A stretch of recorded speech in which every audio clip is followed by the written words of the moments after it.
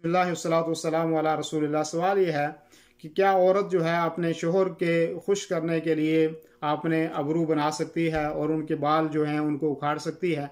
दुरुस्त बात यह है कि अल्लाह के नबी करीम सल्लल्लाहु अलैहि वसल्लम ने इससे मना किया। फरमाया लअनल्लाहु नामिसता वल मुतनम्मिसा।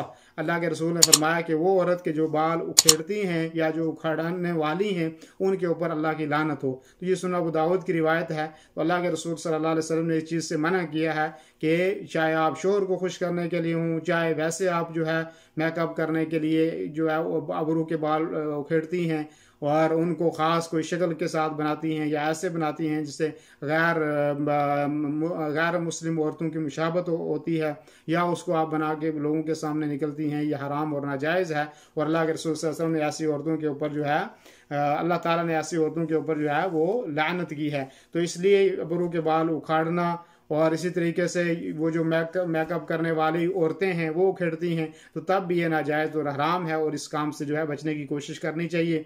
अल्लाह रब्बुल आलमीन आपकी और हम सब की हिफाजत फरमाए। अगर आप मुझे यूट्यूब पर देख रहे हैं तो हमारे अनबयाम इस्लामिक चैनल को ज़रूर सब्सक्राइब करें, और अगर आपके पास कोई सवाल है तो या कोई मसला है तो आप हमें कमेंट में ज़रूर लिखें। इंशाअल्लाह वक्त मिलने पर उसका जवाब दिया जाएगा। जज़ाकुमुल्लाह खैर व सल्लल्लाहु वसल्लम अला नबीना मुहम्मद व अला आलिहि व सहबिहि अजमईन। वस्सलामु अलैकुम व रहमतुल्लाह।